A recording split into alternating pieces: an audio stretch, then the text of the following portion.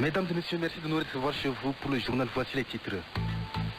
12 autres personnes tuées dans une attaque de Boko Haram dans l'extrême nord du Cameroun. Des précisions à suivre. Et puis, réunion également ce week-end dernier des chefs d'État majeurs de la communauté économique des États de l'Afrique de l'Ouest sur le renforcement de la coopération entre États.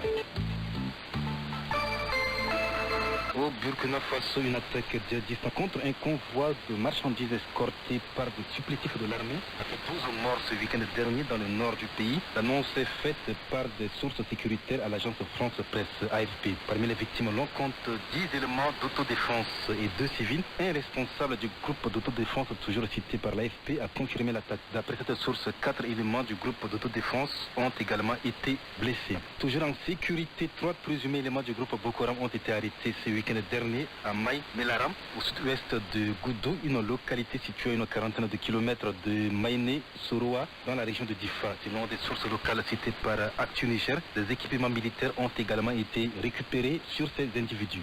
Puis les chefs d'état-major de la communauté économique des États de l'Afrique de l'Ouest ont tenu une réunion extraordinaire de 2 jours sur le renforcement de la coopération entre États. L'objectif de cette réunion est de lutter contre l'insécurité dans la région de l'Afrique de l'Ouest. À noter que le Mali, le Burkina Faso et la Guinée avaient été invités à cette réunion. Parmi les 3 pays invités, sauf le représentant du Mali, n'y était pas présent. Nous vous l'avions annoncé dans nos précédentes éditions que les habitants de Tourou se sont massivement rendus à la sous-préfecture de Mokolo pour protester contre la délétère situation sécuritaire dans leur localité. Quelques manifestants rencontrés par notre correspondant ont affirmé avoir été obligés de quitter une dizaine de villages de leur localité pour se mettre à l'abri des attaques des éléments du groupe Boko Haram. Nous les écoutons.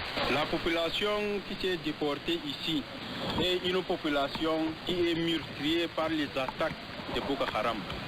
Nous sommes vraiment dépassés. Nous avons nos autorités au niveau du département. À chaque fois que nous venons auprès d'eux, ils nous disent ça va aller. Nous avons tant supporté, mais nous n'avons pas vu la solution depuis. Les Boko Haram ne fait que prendre le village de plus en plus. Voilà pourquoi nous sommes venus pour vous demander quelle est la solution. Pourquoi